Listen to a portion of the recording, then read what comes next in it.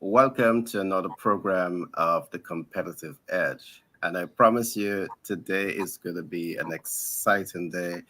We are looking at self mastery and how self mastery can help you to advance in business and advance in life.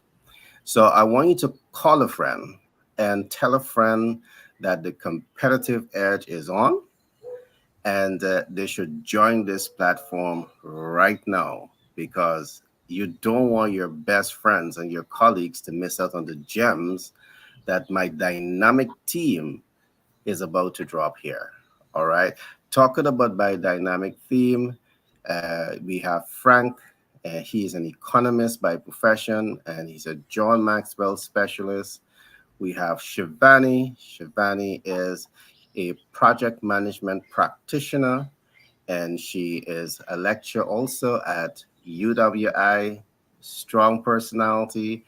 We have uh, Nielsen Rose, and Nielsen, he is from Jamaica. Tremendous experience in the Jamaican Stock Exchange market. So I know he's going to unpack all of that rich culture, Caribbean flavor for us.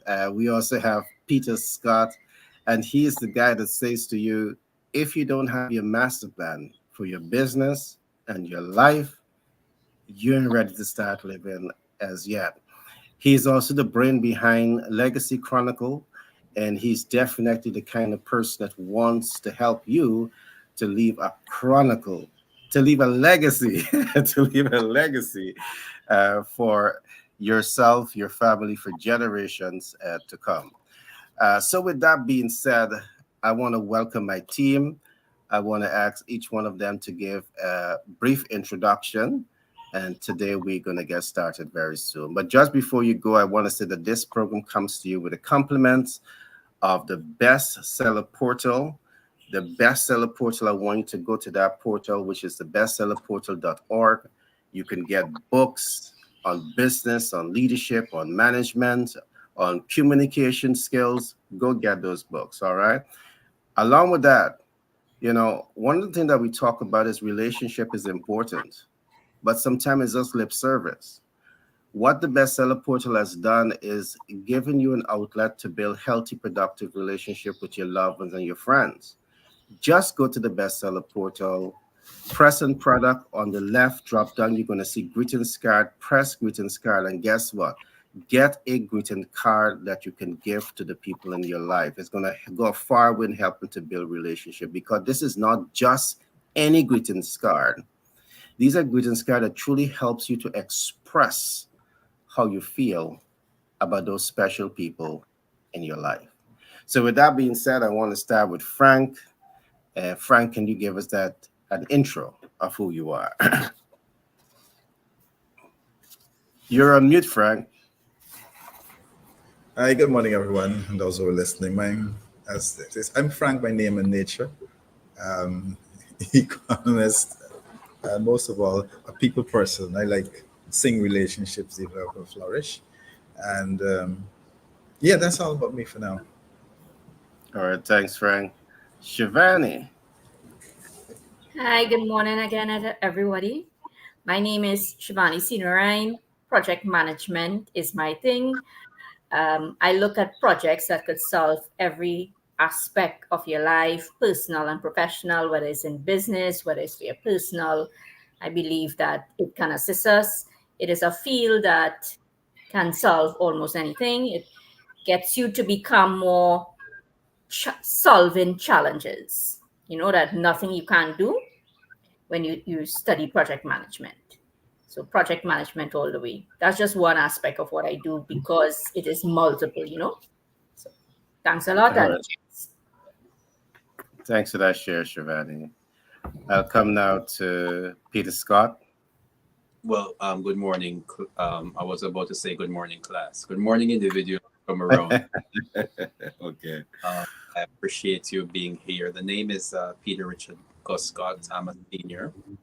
And when we think about our lives in terms of what we have, where we're coming from, where we are, and where we're going, One question that we need to ask ourselves is, how will I be remembered after I'm gone? And in order for you to answer that question effectively, you need to have a plan. It is important that you design your life, not to live your life by default, but to be very intentional in what you do, how you design your life. And what we do is utilize our program that is called Legacy Chronicles as a human growth program, and we empower individuals to have a personal life master plan, design that, upgrade that into a family life master plan, all the way up to a community and a corporate life master plan. And that's what we do. All right. Thanks for that share, Peter. Neil, all to you. Okay, I'm Nielsen Rose. As you would have heard earlier, I'm from Jamaica. Years of experience in the stock market and investment and portfolio planning. Where I'm evolving to now is really to help people understand financial matters and matters of how important it is to understand and manage money and all the resources that you'll come into, and ensure that you use that to grow your wealth, and not just wealth for yourself but generational wealth. So it's very important that we take that very seriously and begin to look you know at all the avenues to help us grow financially. All right, thanks for that share. Well, audience, here is where you have it. You're able to judge for yourself a team of dynamic personalities here. What I want to emphasize is that what I love about this team is that they're so committed, so excited. They live to serve. They live to, provide opportunities for you to come into greatness in business and in your life. It's a genuine team. So I want you guys to really listen in, and I want you guys to reach out and start building relationship with this team. Now, today we are looking at a pretty interesting topic. We are looking at self mastery, but I want us to look at self mastery in the context of going global. And why do I say this? So let me begin by saying this. There's a saying that people never grow beyond their sense of self. And what that means is that if you are thinking in lack and limitation, doubts and fear, it's going to image your life. It's going to be reflected in your life. The way you think, you cannot go beyond it. And to me, the way that we see a lot of people think leaves more to be desired. So I want us to link what self mastery can become, why it is not necessarily what it is today, and perhaps some of the practical steps that we can help people to take to really begin to master who they are. Um, I also want to link this back to business because I do believe it has a lot to do with business also. We see a lot of businesses within the Caribbean and even businesses set up in some parts of the developed world. They stay local. They settle for being local when they can go global. And I want to emphasize this point global because we are not here to say move, expand in your self mastery beyond just thinking local and go to global and just leave you out there. We are bringing these topics, we're examining these talking points because we know that once you begin to expand in your way of thinking, it's not only to grow and help yourself personally, it's going to help your business and it's going to help your cash flow. Along with that, we have our team of dynamic personnel that can help you set up your business almost anywhere in the world. And guess what else? When it comes to setting up your business in the US, we are able to set you up with everything from your Secretary of State license, from your EIN, from your NIC code, accessing capital, integrating your business into the market, a range of different things. We have Neil, who's going to help you with investment, Shivani, that's going to help you. So I want us to examine it from this desk. So don't let me talk more on this. I want to open up the floor and ask each one what self mastery means to you in the context of business and doing business globally. I'm going to start with Rose, Nielsen Rose. All right, morning again, viewers. Listen, Gary did say it would have been a light topic, but this is very deep. I Um, trick you there, right? Self-mastery, and Okay. Gary, I like the topic though. It is something that we must all think about and consider, and as Peter like to say, ensure that you have that master plan for your life, and that's essentially what it comes down to. It is looking at who you are, where you are now, and where you started, where you are now, and where you want to be, and be very deliberate about the steps that you take going forward to ensure that you achieve whatever those goals are that you're setting for yourself. And yes, there are gonna be obstacles. But again, the concept of seeing each of those obstacles as a stepping stone and using them to build up, because there are times when you hit some of them and you might have to step back a little, review, as is done with every master plan. Every review and plan again and move forward. And one of the things you'll find, and I know we had some discussions yesterday after the show, one of the things that you'll find about especially business is that it can, and corporate, it can get very cold, if you may. And sometimes when you look on and you say, well, how could you do that? So it kind of brings you to a point where you need to step past the emotional and look even more logical. And that's what self mastery essentially is about. It is planning your life and moving forward through those steps to achieve the goals in spite of all the hiccups that may come. And as I said, if you have to step back, review, that's absolutely necessary. Every strategic plan that I know of has a review component in it, and that review component is really to see, am I achieving the plan as I set out to achieve it? And if not, how do I change the steps? Do I even need to change the objective overall? But again, that's what the review process allows for. But after having done that review, it allows you to pretty much put forward another set of steps, another set of goals, and then move forward to achieving it. And it's again being very deliberate and being very strategic and ensuring that you set those goals and you move forward, get the action going to achieve them.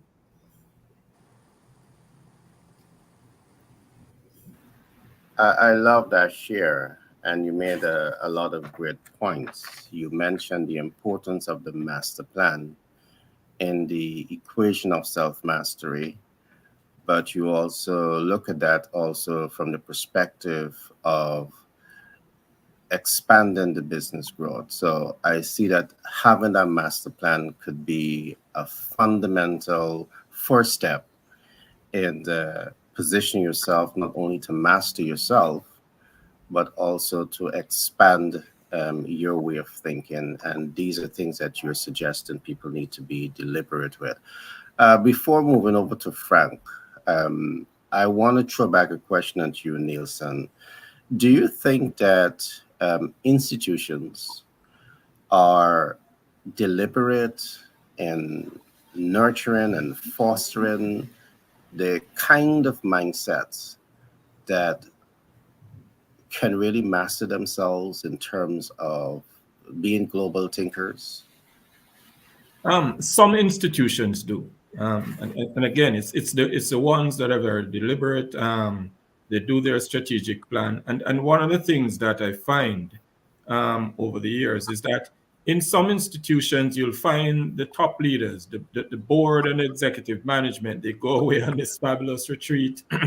They set this 5, 10 year plan for the company, and they come back, but the staff who is to execute that plan really has no idea as to how it's Mhm. going to be done or even exactly what that plan is, and so as you talk about institutions and creating that mindset, it is very important that institutions have a leadership who understands the importance of their team, and the fact that whatever plan that you have and whatever goals you're setting out to achieve, wherever you want to take this institution, it is actually the team that's going to execute that plan. And so, absolutely right, institutions have to begin to foster the kind of mindset in the team that they have to ensure that they actually are able to achieve and execute, you know. All right, thanks for that share, Nielsen. Frank?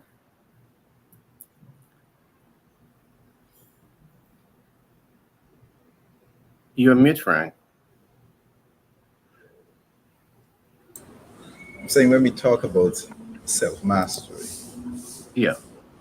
I um, I think about the ability to have a control of yourself in all situations, and where one will move forward consciously instead of steadily towards the goal. You know purpose. You know what your purpose is. You have the self discipline to do things in a deliberate, focus, and honor, of course, honorable way. The characteristics then for a self-mastered person, one is self-control, self-control, self-control kind of that. You have to have a self-awareness, awareness of self, of who you are. You must be self-sufficient, self-efficacy, self-discipline. So years ago when I was in the military, there was a slogan or phrase that we looked up to. Whatever the mind of man can conceive, he can achieve. Um, Whatever you want to call it, whether it's you're manifesting something big, you want to achieve something that is high. How do you go about doing that? I like the point that Nielsen raised in where when it's kind of slipping me, but in other words, the person who you are when you're self-mastered is a person who sees themselves not just as an all-rounder, but a world changer, a global thinker, one who believes that whatever I set my mind to, I can achieve it. Um, they believe in themselves. They think success, not failure.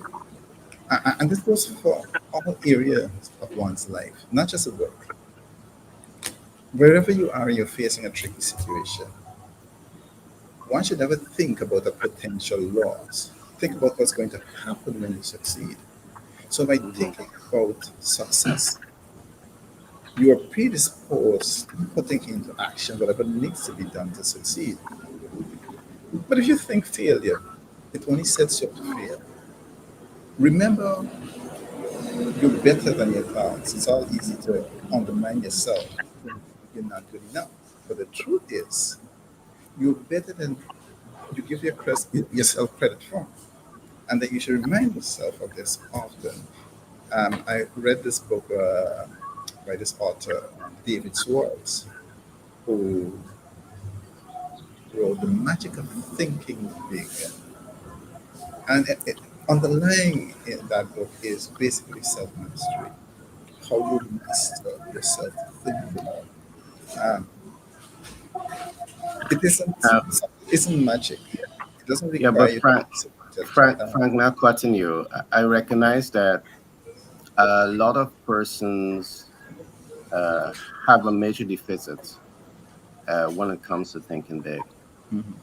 And I do believe that a lot more work has to be done in terms of the education and really helping people to understand the self image theory and to really flow from what we call the real self. But we're not going to get deep into that today. But you also made a point earlier on, Frank, where you mentioned or you equate self mastery to self control. You're not wrong, but I want to break control into three contexts because very often I think what happens when we hear the term self control, we tend to view it in one perspective. So I want to give three perspectives. I think in most cases, self control can fall into three contexts. Self control can hold you back. Self control can hold you back. Self control can push you forward, and self control can keep you stagnant. I think in most cases, we are not seeing a whole lot of how it is being leveraged to push you forward. And perhaps that is one of the human resource, I don't want to say curse, but human resource development factors that needs to be articulated more, in my perspective, in order to ensure that companies, first of all, people are able to grow to reach their full potential. And because of the fact that they're growing, um, they would be able to impact organizational growth and achieve some of the same global things that you would have spoken about. But I'm going to come back to you shortly, Frank. Shivani, what are your thoughts? Right. So, in terms of becoming global, you know, I just want to throw out in the conversation, is it that this is embedded in us? Is it that it's part of how we think from day one? Now, culture will have a lot to do with that. Where, what you said, your parenting, your home, where you come from, as we say, cannot really, you know, take us, in our thinking. So some, yeah, two sides of this conversation really. Is it that you have to be, is this something that you have to be with, around you? Or is it that you can change? Which the concept is for me always think big, right? So persons will always think that I'm crazy because I don't understand the word limitation and I don't understand the word being, mediocrity. I don't understand those words at all. You will never satisfy. So somebody might say, but something wrong with Shivani because she always want more. But it's not really wanting more. It's wanting knowledge more, right? Because the knowledge, you can monetize knowledge eventually. So it's not the aim that I'm going with, it's not to say that I want to make more money, but I want to get more knowledge. And to me, that is self-mastery, really. How do you get knowledge? So coming back to the conversation that we really have in here, which is how do you get global? How do you stop thinking small and start to think big? Is it that you come like that, as we say?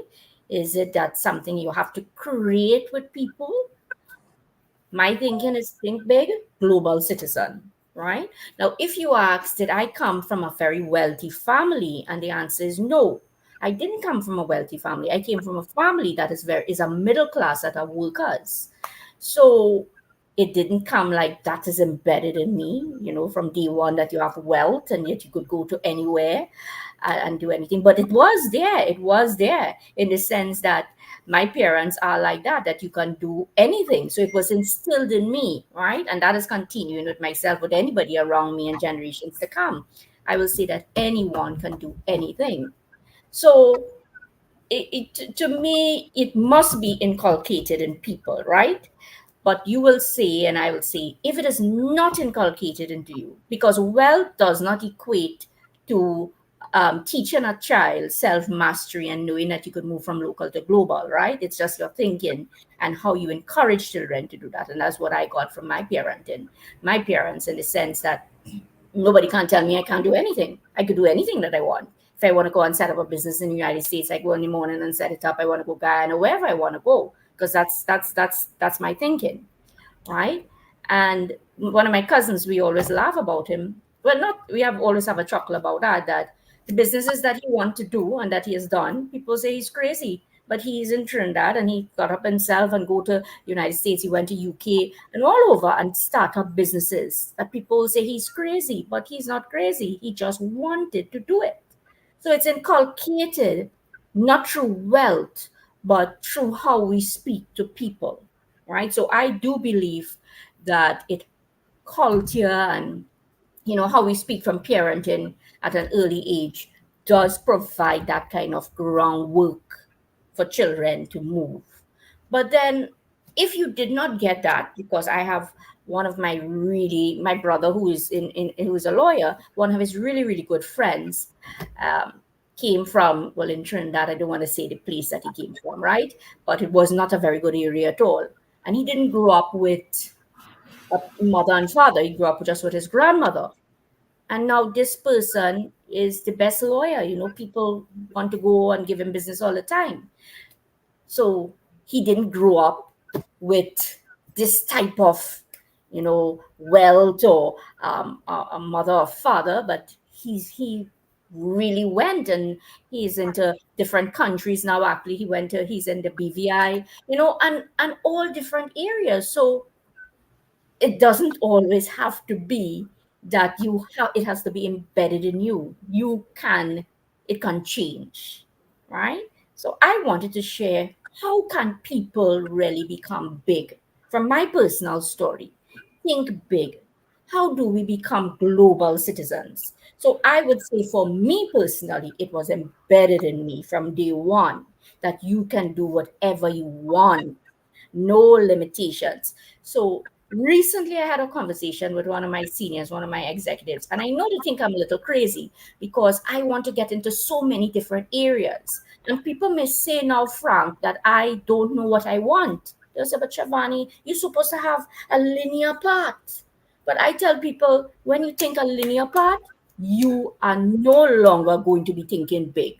You will think in one area, and eventually you will just, what we say, top off, It's right? out. So yeah, that's exactly what we will see. So the point that we need to think about, think big. How do you think big? How do you think global citizens? So that was my two aspects that I wanted to share. And I'll come back with a project management point as we go down the road. All right. Well, thanks for that share, Shivani. And I took away a few things that you would have said. Uh, what I've taken away is that culture and socialization plays a pivotal role in nurturing the global thinkers, the social actors, the transformational leaders. I love that point.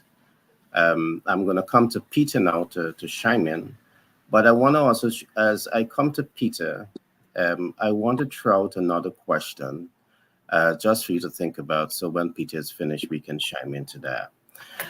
I want you to think about this. You have a team of leaders at your strategic, tactical, and operational level of leadership within the organization. And they are fully socialized based on the concepts that Shivani would have talked about. You have a culture, they're culturalized to think in a particular way, they're socialized to operate in a particular way, but they are all master of themselves. I want you to see these kind of players in the organization and really ask yourself, what would my organization be if my organization really have this type of culture that really helps people to attain self-mastery? Let's think about it. Peter, to you now, and then we're going to come back to that question. Well, the issue that every individual have to ask themselves, and no matter who they are, where they're coming from, no matter what circumstances they find themselves, if they were born in that place that Chevrolet says our brother's friend was born, wherever we are, the number one question, well, basically three questions we have to ask ourselves. And the first question is, who are you? You got to look ourselves in that mirror, and we got to ask ourselves, who are you? You got to face yourself, get out of yourself and face yourself. And then I always tell individuals, now go sit yourself down by yourself and ask yourself, who am I? All right. So when you deal with the self, and that is the self master component, when you face yourself to understand, your skill sets, your abilities. The next question, where, you are going to impact, whether you're going to, impact the globe or wherever. The next question is, who are you called to serve? So you check out who you are, then you're going to say ourselves. So who are you called to serve? Understanding individuals, understanding their skills. The next question is, who needs these set of skill sets? And then the third question is, where are they? Where are they? And you will find that in the current world in which we live, technology has really, narrowed the playing field where you can compete with just about anywhere, with just about anybody. You can compete with the multi-million, billion-dollar companies. You can compete with Google. You can compete with Amazon. You can compete with just about anybody because of the tools that we have. So it's always going to be now an issue of purpose, because it is still not everyone who is called to navigate the global landscape. So now we have to look at the broader picture, because I remember Stephen Covey had mentioned about individuals trying to climb the corporate ladder, and they discover when they get to the top of the corporate ladder that the ladder was leaning on the wrong wall. So even though, and I'm just throwing this twist in there, because when we boil it down to purpose, ground down purpose, sometimes, our job is just to get that global thinker to reach to the global, and then we can get there through that person. We don't want individuals to think that because I don't have that, and I'm talking about individuals now, and purpose. What are you truly called to serve? Because at the end of the day, you're only going to get credit for what your purpose demands. So, there is that, kind of twist in it, because, individuals will say, yes, I want to go global because, yes, the technology will even give me that. Yes, it is. But then what is life? What has life really designed you to do? And a matter of fact, that thought just came in while I am communicating this, because I was just ready to push everybody to say that technology, will give you there and technology will take you there. But then the purpose is, perhaps there are some persons who are called to do that mom and pop store, and they are there to serve in that capacity, and life is only giving them credit for what they have done there. But just, so it's like that, Gary. I don't know why did I go this way. I shifted in the middle of my conversation. Yeah, but as you make that point, the mom and stop store, I, you know, I immediately reflect on talking with one of my colleagues from the stock market, and one of his vision is to really work with mom and pop store to show them, hey, to run a mom and pop store, you have to be there. All right. In most cases, you have to be there. So you don't have enough time to spend quality time with your loved ones. So he wants to really sit with them and help them to grow from a mom and pop store into, a bigger operation, and then to get them onto the stock market to become an IPO, where they can pull back and allow that mom and pop store to grow into something big, that they can have residual income for the rest of their life and for generations to come. Uh, what I have experienced is that mom and pop, it's about fear. Sometimes you have fear of losing what you have. Sometimes you have fear of, losing control of what you have. Because again, I think it comes back to socialization and culturalization. And I do believe that once education replace those knowledge gaps, I do believe that we can have some tremendous turnaround there. But Shivani made a point earlier on, and you amplified, Peter. Shivani made a point when she spoke about a young man who, born into difficult circumstances, but he became an iconic lawyer. And I just want to say this, you are not defined by the past or your current situations. You are defined by how you see yourself Hmm. and your ability to act on that sense of self. And I mean, act on that sense of self, because you may see yourself as being, you can see yourself as being good or bad. But in our context, we want you to see the richness in you and bring yourself to that point where you can act on that richness in you, so you can become the best version of yourself. It's possible. You can make a decision right here and right now that you're going to open a new chapter to be great, to go global.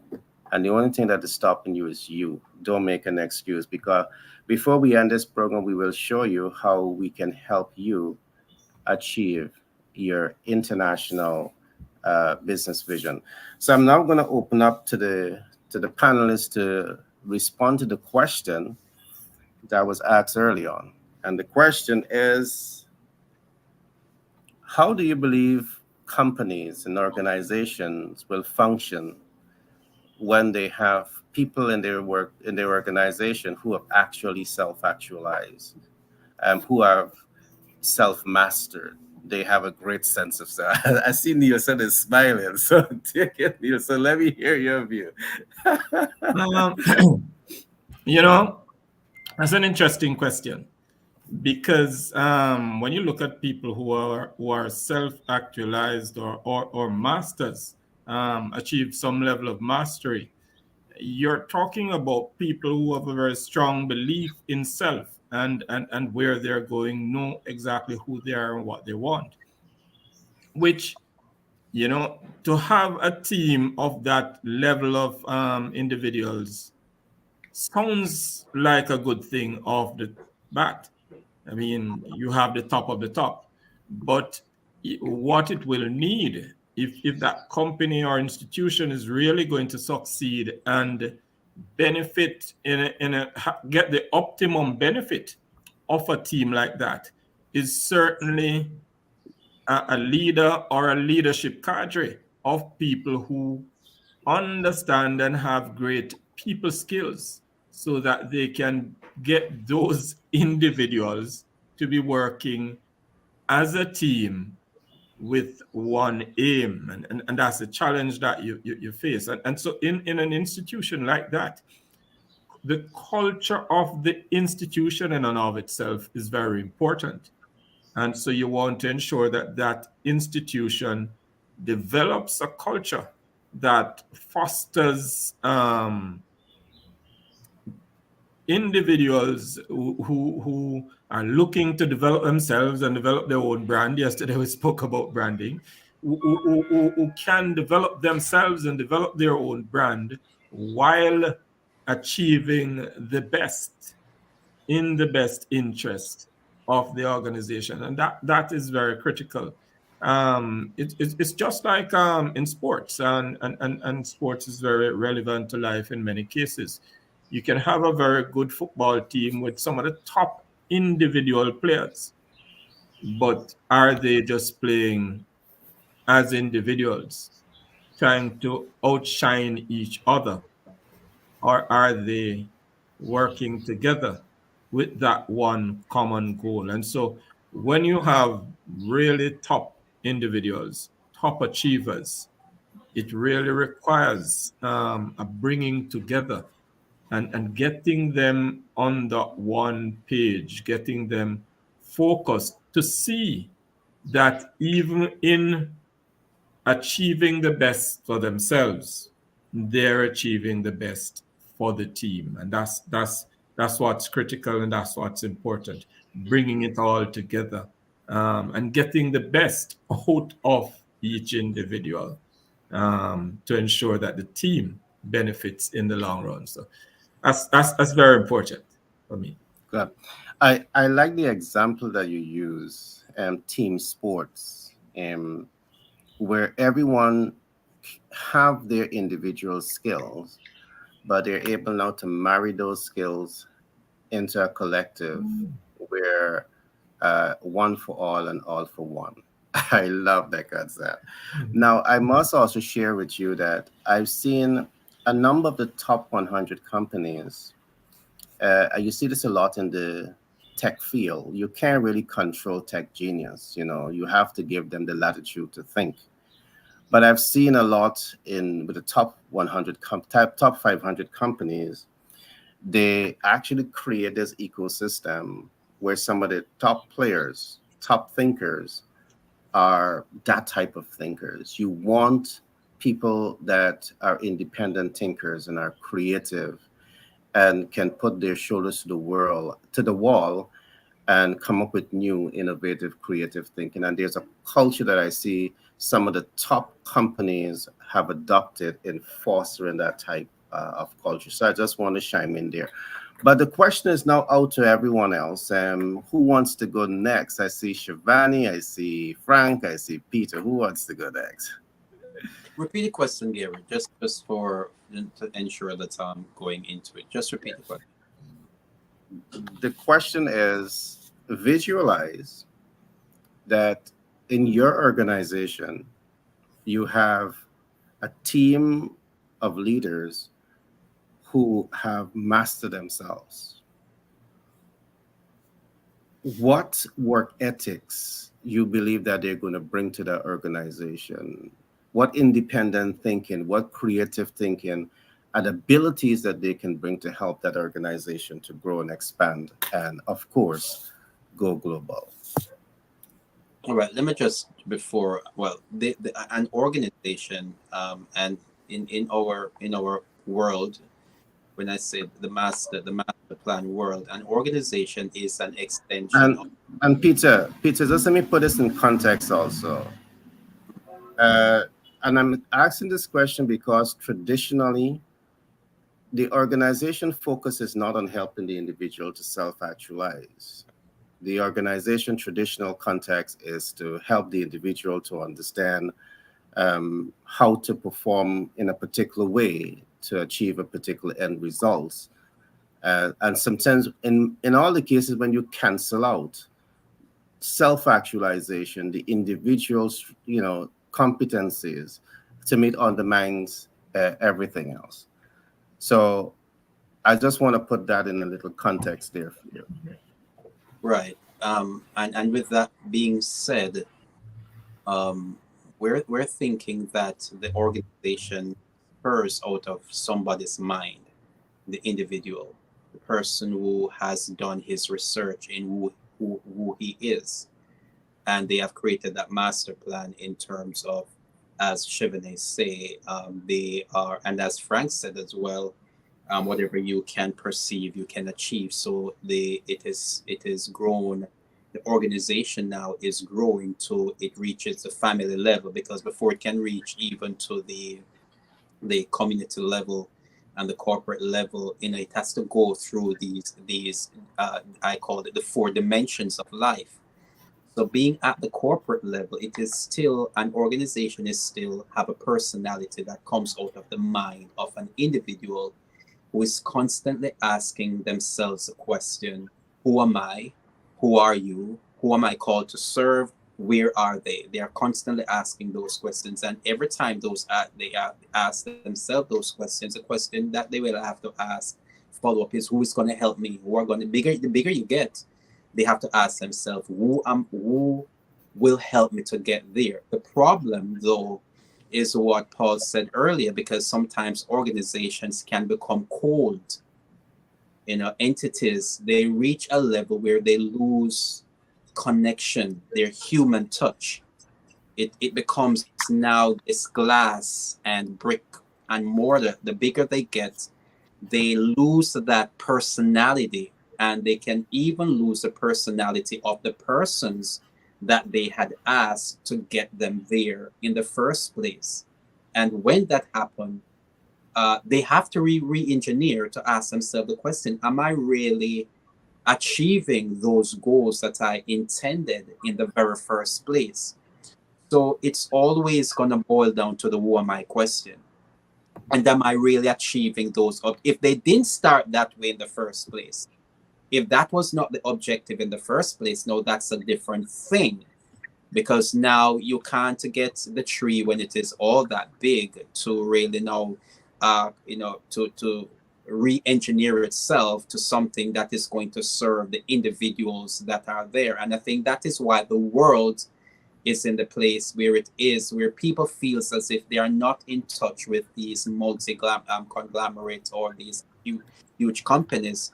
And to close this point in this, and there is an individual who has been doing this so effectively, and it is a person that individuals that starts ClickFunnel, and this individual has been able, now that he has reached a place where he is now into the multi millions of dollars, and is now beginning to acquire companies.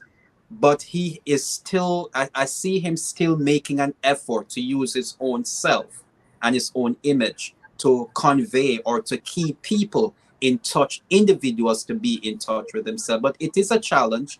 But we will say that individuals, the company, when they come to their board meetings, they have to constantly ask themselves the question, the who am I question, and if they're really empowering people within their organization to keep touch, to keep the human touch.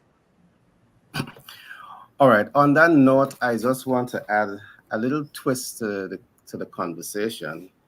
But before I come to Shivani and Frank,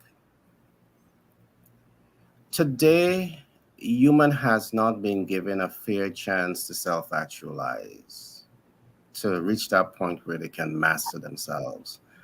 And I say this boldly because there's enough data out there. Today, we have artificial intelligence that are programmed to be 10 times smarter than a human being. And I have a serious issue with that because I do believe that if a serious commitment is made to help humanity to become the best version of themselves, so much more can be accomplished. But I still want to come back to the question, would self-mastery and self-actualization among the workforce helps the organization or undermine the organization? Frank, Shivani. Right. So, in terms of this is such a topic for me, right? I love this topic with self-actualization and how it can impact people within the organizations. So allow me to look at it from 2 points. Point one will be, and you mentioned it in terms of if the leader self-actualize, how will this now be imparted to the staff as well, and the team that they run. So let us say that the leader really did self-actualize. That's a whole conversation again, right? Because sometimes Yeah, I I really, agree. sometimes I really wonder, right? But you put people in these roles, and I don't know if they really understand the term self-actualize. It may just be that they have done a degree, master's, and PhD, and they have this leadership role, depending on the organization. So a leader then, if you have self-actualized, what does self-actualize means to them might be different to what it means to me or to Frank or to any one of us here, because everybody may be interpret things differently, because it comes back to the conversation that you had. What about the schooling and the training, right? We don't have yet a schooling system that is teaching us what self-actualization should be and how to Shivani, develop. Shivani, I'm not cutting you, right? Hold your I thoughts know. right there. Hold your Yes, I thoughts know. I right there. stop. Yeah, But, talk it. but what you're saying there is that our some of our global lecturers and teachers, they're teaching poetry, because, we can't define self-actualization. It's a poetry. However, you're Of right. course, You're yes, yes. perfectly right. Go on. So no, no, it is true what you said. I mean, you just regurgitating a book, or you just regurgitating something, and are you then passing this on to generations and generations and generations? What is really going to happen?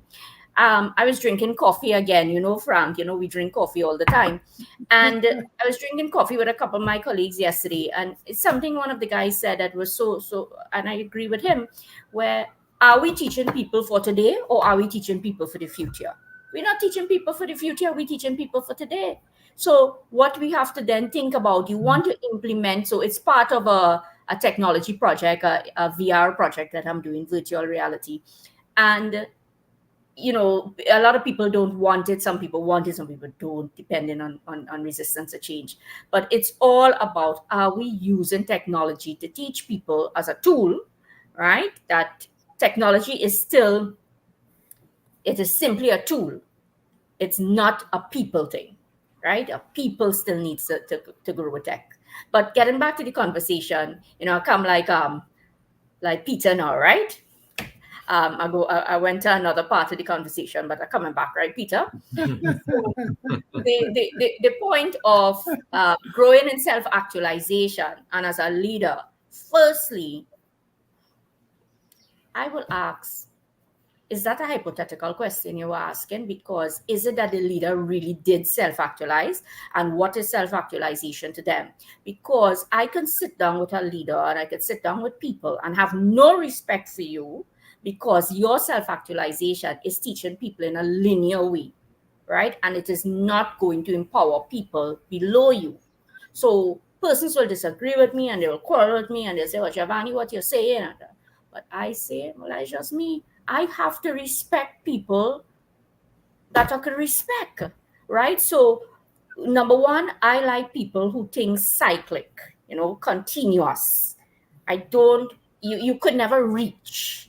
I don't believe people can really reach. There's always something more that you could achieve. I believe you could probably reach in one area and probably master that one area. I don't know. I'll leave that up to Peter to tell us that one, or Frank. If you could really reach and you grow in that, and that's what it is. For me, I don't think so. For me personally, it's continuous growth. So I get fed up at one area, I want something else. So you will not see me, okay, so I'm in facilities management, and I have a team that I manage in facilities, a large team. But I don't want to be the chief facilities officer or something like that. I reach middle management in facilities management, I pivot into another area and I grow in that area. People think I'm mad. So self-actualization with a leader, to me, that leader may just be thinking in one line, and innovation cannot happen there. Innovation. So then you will just be thinking in one line, you reach to the top, and you then saying, Paul, this is what you have to do. This is Peter, this is what you have to do. That ain't gonna work for me. That's my Got you. 2 points before Frank come in. Um, it means that you're doing something right, Chevalier, because if they're going to say that you are, you know, not on the train line, it means that you're definitely not in the box and you're doing something right. In most cases, when you're breaking away from the social norms, they normally say that. Um, you have also made a second point about self actualization. And in the true context of self actualization, we all have so much of potential, we can never reach the top. But it's about setting one goal, achieving it, setting a higher goal and achieving it, and just keep growing from that perspective. Because what is said is that the more the appetite is fed, the more the appetite wants. So when you achieve one thing, you want to grow beyond that. And there's nothing wrong with that. Who wants to limit you and keep you in a box? If it's happening in the organization, I want to say it's undermining the growth of the organization. Frank, you're mute, Frank. Thanks, Gary. Good. Mhm. One of the things I must say, especially when it comes to the workplace and self actualization, that employee, team member, once they're given um, the freedom or leverage to pursue their own projects, their own ideas, and they're allowed to fully express their creativity and potential. One, but what it will do for the organization is only bring um, a growth, and not just growth in a linear way, but um, I forget the word, but great growth. You see, the thing about it is to get someone to self-actualize. A lot of things comes into play. How they train. But first of all, the culture that they're coming from may not be the one that affords them to self-actualize. So training, mentoring, um, will bring that out of the person because everybody who's born comes with some gift. Even the person who's a blessing has a gift. The thing about it is how do we pull the gift out of the team member? How do we cause them to not be that weak link in the chain? And as a leader, we need to spot the strengths, not belabor on the weaknesses of people. Because what we want in them is to improve their self awareness, to improve their self actualization. Um, and the leaders who are self aware will actively reflect on how others perceive their words and actions. And they are going to work to change their approaches so they can lead the team or their peers more effectively. So, in self actualizing, it will lead to personal control and growth that can help the leaders to use their strengths in their teams to the whatever the possible outcomes are. Um, I remember as a teacher, there was a student in my class who was very brilliant, and we gave him the leverage of using his skills in the computer. Amazingly, that same student in the year 2004 was able to break the code for CXC, got all the questions and possible answers for the CXC exam of the year. And this was at one of the top high schools. When you allow sometimes persons who have the ability to do it and there is no control, it can get out of control. And I will just leave it at that for now. But yes, we need to give the team member or some person that's peace, mentor them, lead them to realize their true potential. All right, thanks for that share, Frank. I want to bring it back now to self mastery impact on the organization growth. And I'm going to begin by saying this also. People never grow beyond their sense of self. The organization can never grow beyond the sense of the leader. So if the leader is thinking local, the organization most likely will remain local. But when that leader starts to think global, the organization will go global.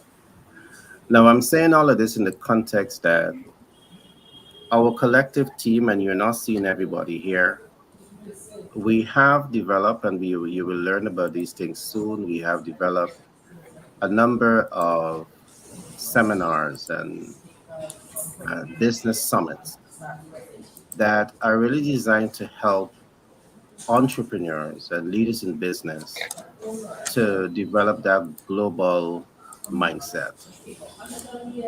Going global may not be as difficult as you think it is. It's much easier than you think it is when you have the right knowledge set on your side. And the reason that we're here again is to ensure that you get the kind of information and to also give you that support to realize your business goals and also exceed them. In our community, we are not just talking about why settle for being local when you can go global. We are also here with the tools and all the technical support to help you to go global. As a local business, maybe in the Caribbean, we're going to help you from step one to step all the way up to the last step that you need to attain. To go global in the US, you need to have your Secretary of State license. We're going to get that for you, not hard. You're going to get your SIC code, Standard Industrial Classification Code. It's useful in business. We're going to get that for you.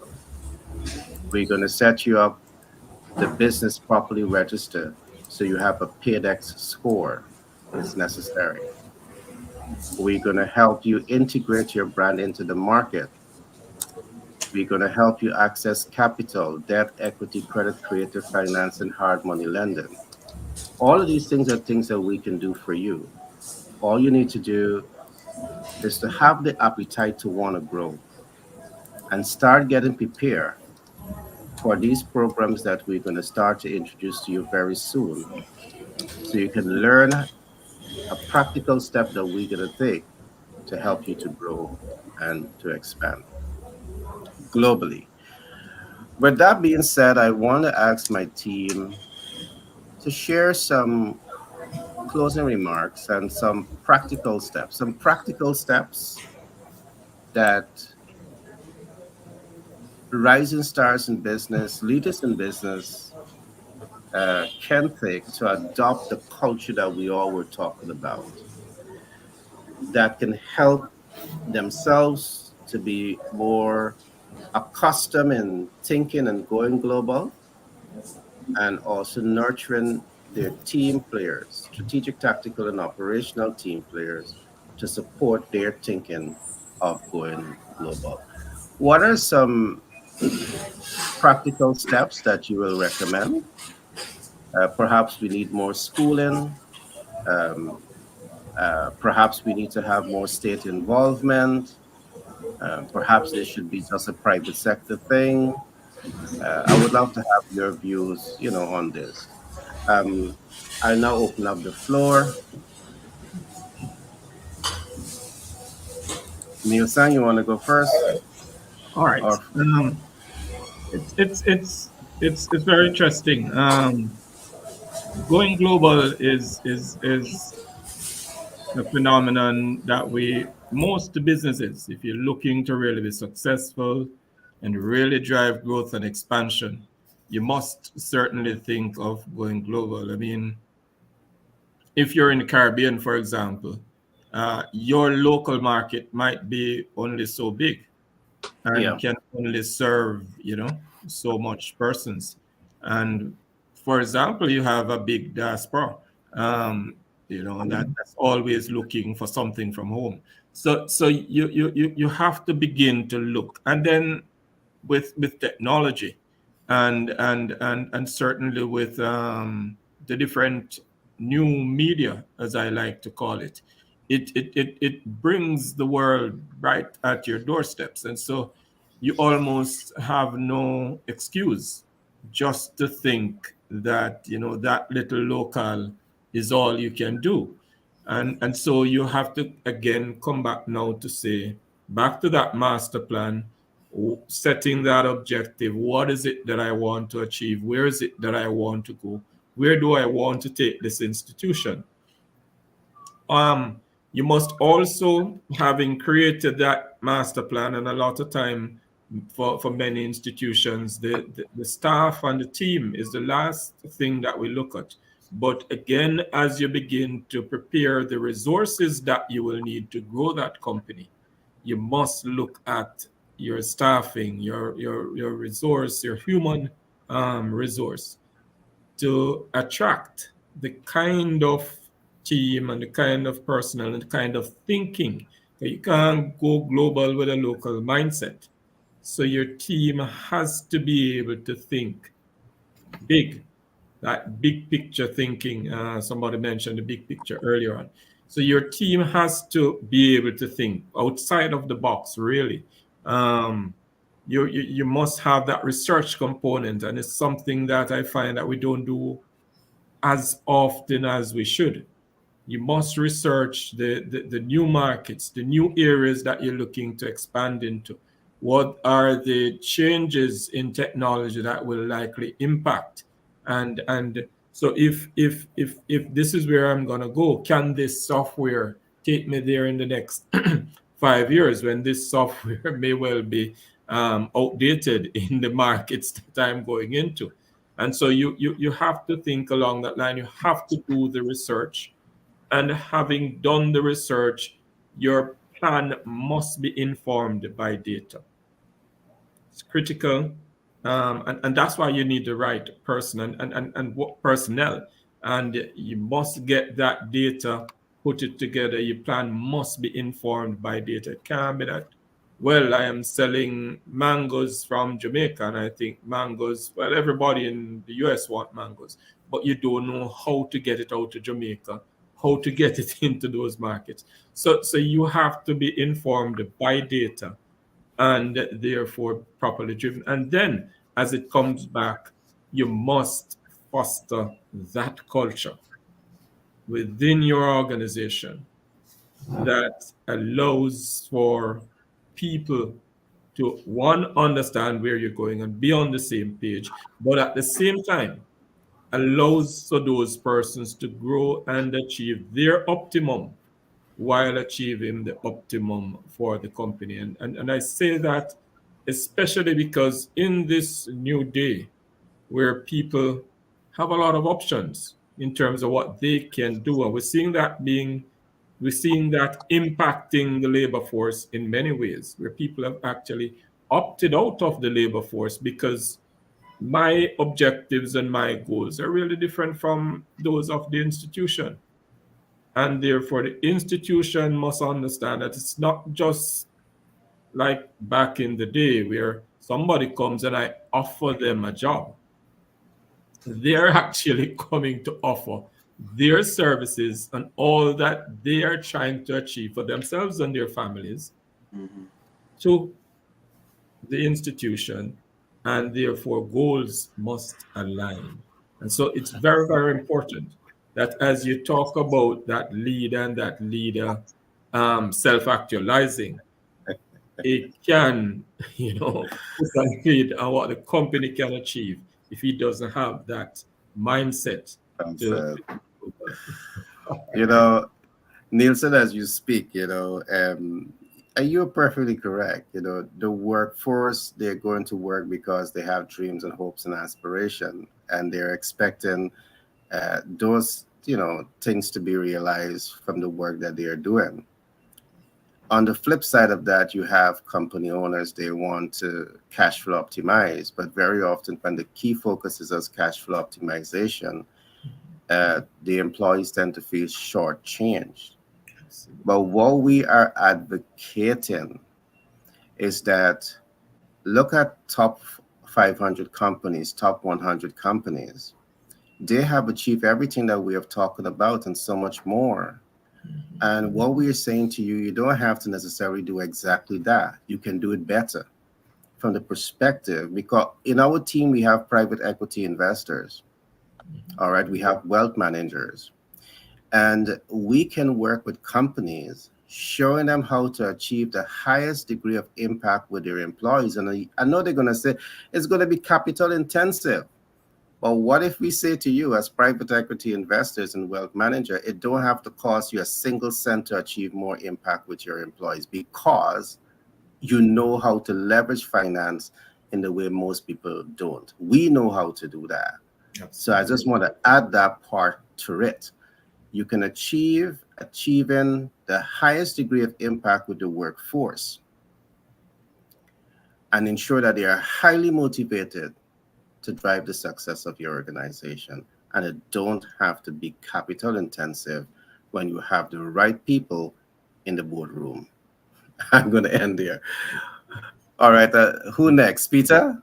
Yeah, the challenge with all of that, Gary, and I keep recycling the objective of this show today with the realities of our world right now. And it is going to boil down to the question that is being asked now is the answer to it is going to be the love of people, the love of and service to humanity. Yeah, Peter, not cutting you, but you are so right. It's human being we are dealing with. Hmm. Why should it hurt to show some compassion? Why should it hurt to want to ensure that the people who is in your circle of influence, under your control of leadership, Right, is not able to attain a level of achievement in their life where they can feel satisfied? So right. your point is right. Go on. And the challenge is that there are some people who goes into business not to serve people. Preach it, my brother. Preach. And come to the question that Shivani and we were mentioning couple programs ago. Peter, something to laugh about, right? I guess because they can't program and control us the way they want to, that's why they have robots, right? I'm just laughing here. I'm just being funny. I'm saying, Go on, Peter. Shivani, we had this discussion several programs ago about the term mastery, and because there's a negative connotation to what mastery is. Because some people see mastery as not just as we are in the context of what we're talking about self mastery, but they see mastery that they need to take mastery over other people. Yeah. And so the apparatus is designed, the corporate fabric is designed to see how many people can be controlled. Mhm. And when you find yourself in that situation, as you know, and I would love to discuss this topic within the context of, you know, telling people how they're going to navigate their way. You know, Paul mentioned a while ago about the person coming into the coming to into the organization, not not from the standpoint of I'm seeking employment, but coming to the organization from the context that I have some valuable assets that this organization need, and they cannot achieve their goals without the delivery of this asset that I have. But then you're entering into a marketplace where the fabric of that is not designed for you. You know, and I would love to discuss this topic in the context of, you know, all right, we're talking, and I do trust that the persons who are listening to this broadcast, you know, we know that individuals, you know, we're saying to you that from the standpoint of an individual actual self-actualizing, there are certain things that you need to do, and we want to help you to achieve those, to achieve those steps. But at the same time, we are looking in the context of a world that, you know, we want to give people a balance to say that the world out there is harsh, and we have to have that mind frame. And I'm saying all of this because I woke up this morning from some news that I got last night, and out of those news that I got last night, that there are people who are now trying to bring another variant of disease into the world because they want to control. Mhm. And when we see these things happening, how do persons come to self actualize? I just want to go to work and take care of my family. I just want to have the freedom to say what I need to say when I want to say it without knowing that somebody is gradually ripping away my freedom from me. How do we really, you know, navigate our lives in those realities? So it's gonna be that, you know, all we're saying that we have to have a love for humanity, corporate, at the corporate level, at the community level, at the family level, at the personal level. It is a love. I love people, and if we if and the environment, as I say, sadly, it is that's not the real you know, world that we're living into. But in the context of this program, for us to really navigate ourselves, self mastery is really a love for people. So I love myself. So because I love myself, I want to serve people. So I use my skill sets. I want to serve my family from the personal master plan to the family master plan. We are designing something that I'm going to use to serve my family. And after I serve my family, perhaps these set of skill sets can go to the third dimension where I'm now serving the community, and up to the fourth dimension where I develop this structure, this enterprise that is really having impact to serve humanity. That is a beautiful context in which Yeah. we'll have it, and so we'll give that to our community right now. Yeah. All right. Thanks for that share, Peter. And you're right. And there is an urgent need for a greater demonstration of love for humanity. And I want to say this also because I don't want what we're saying to be misinterpreted as an attack on corporate entities. This is not an attack. Very often, we don't know what we don't know. Right. What we know is that there's a better way of doing things. And that better way of doing things don't have to hurt your company's bottom line. What we are saying is that your workforce have dreams. They have dreams of owning their own car. They have dreams of owning their own home. They have dreams of paying for their children college education. They have dreams of perhaps taking an all-inclusive family tour. They have these dreams, and they go to work with these dreams. And I want you to think about this. What if you can see yourself fulfilling all of these dreams for your workforce, and it does not affect your bottom line? Again, you don't know what you don't know. We are here to share.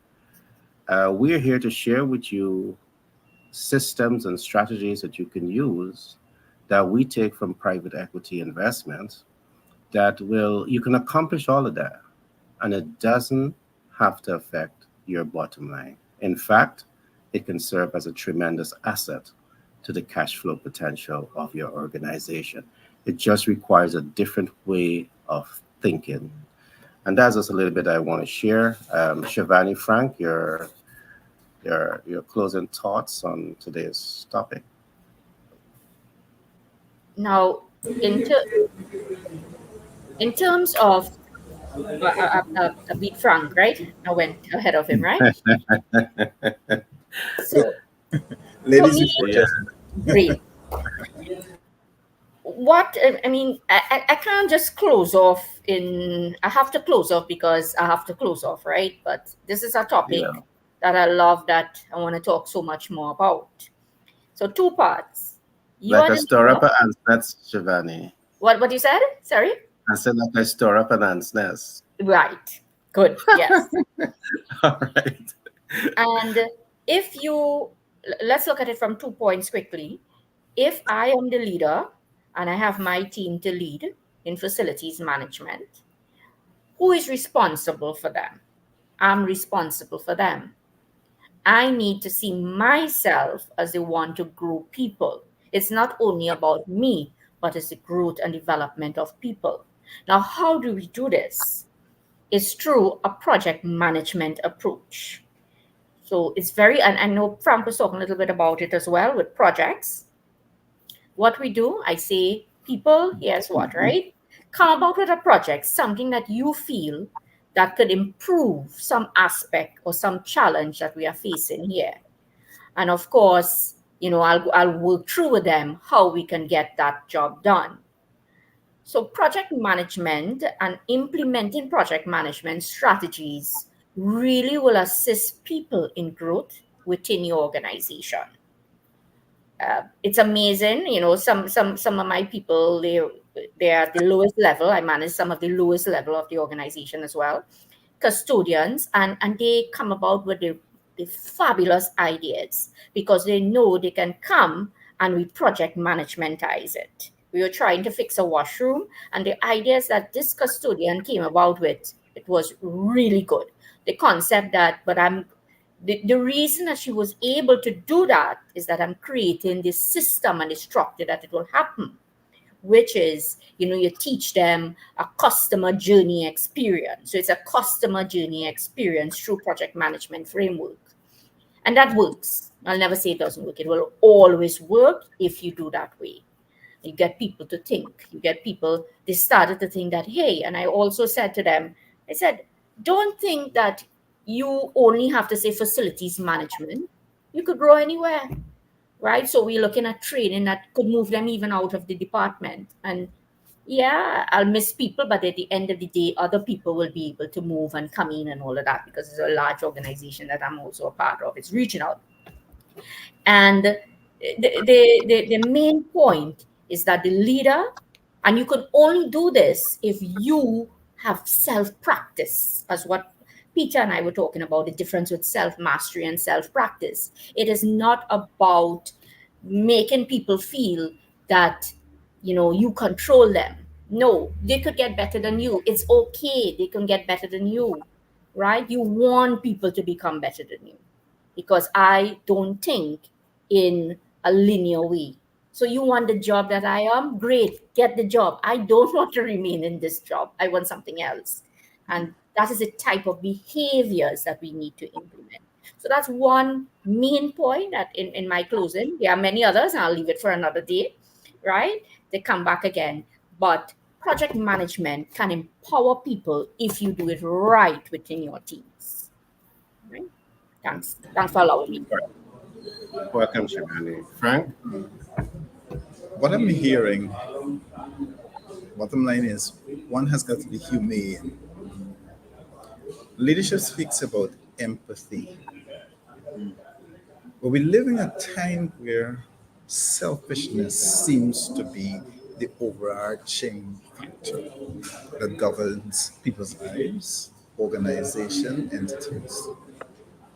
And you look to find the place where someone has a heart, that part of the person in the organization that looks after those who are maybe less fortunate, less qualified to serve for themselves.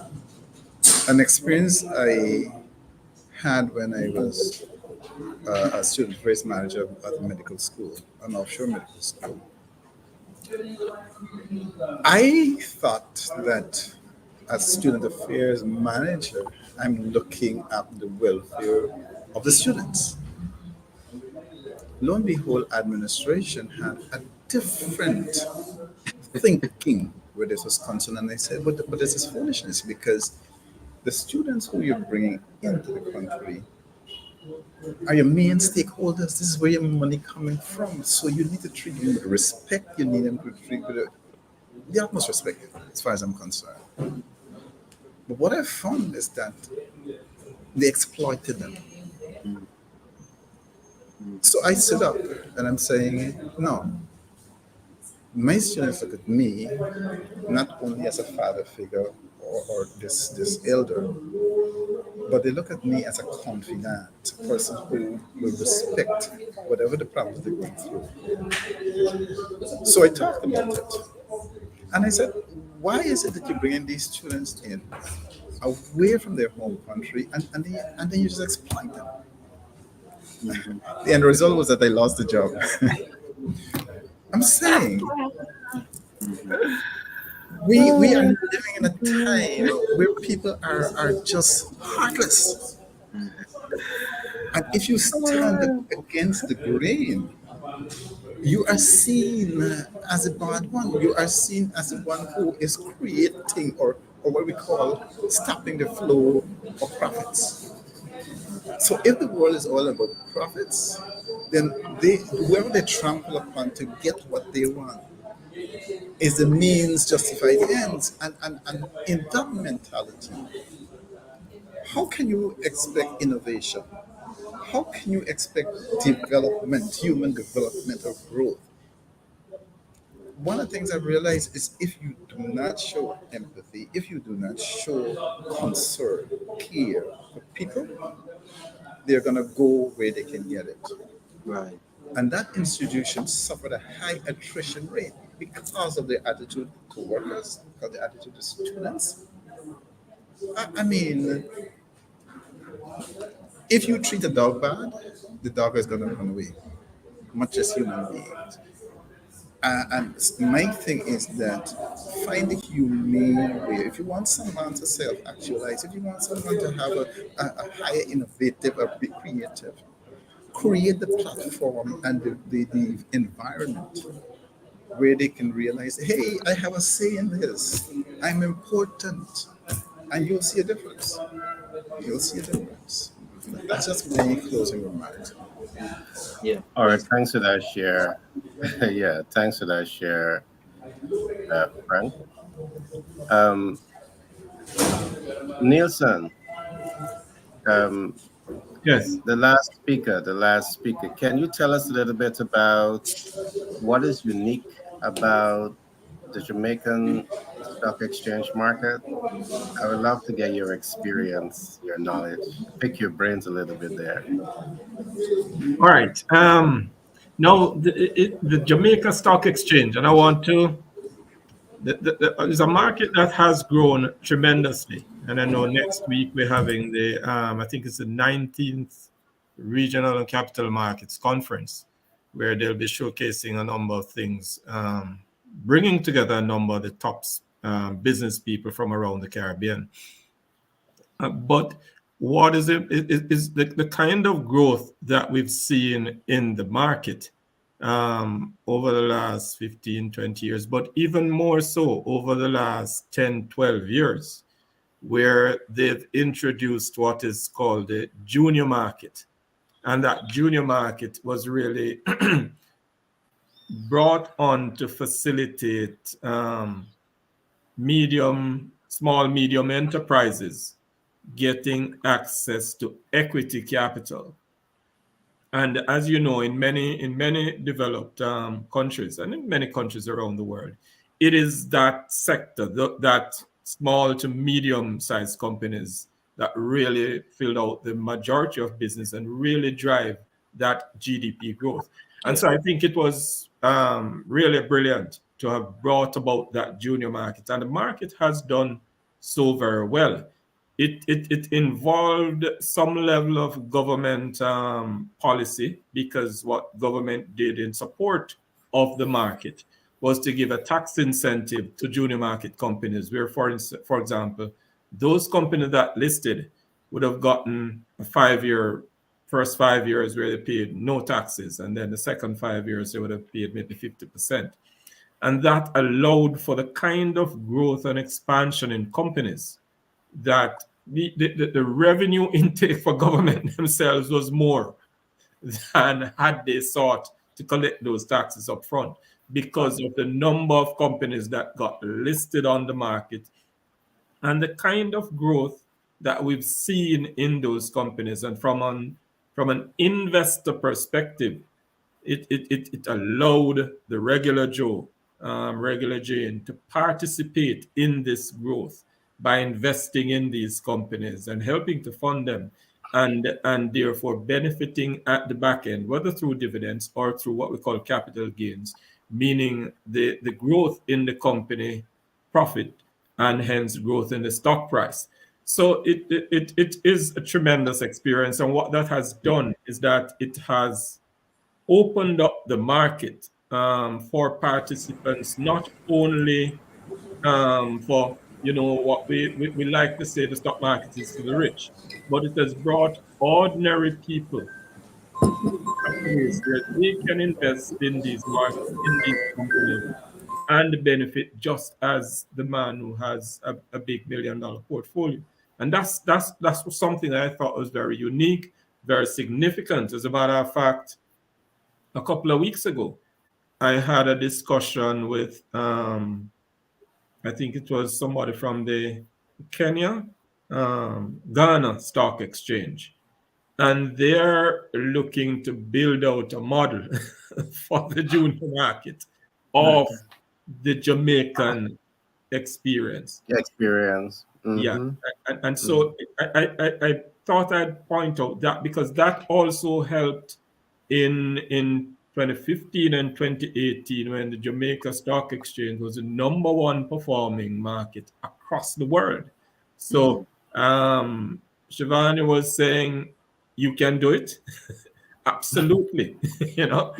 Absolutely Yeah. you can. All right, thanks for that share, Nielsen. I trust that the public would have enjoyed today's presentation. You heard a little bit about, self mastery in business, and you just heard about the Jamaican Stock Exchange market and equity capital.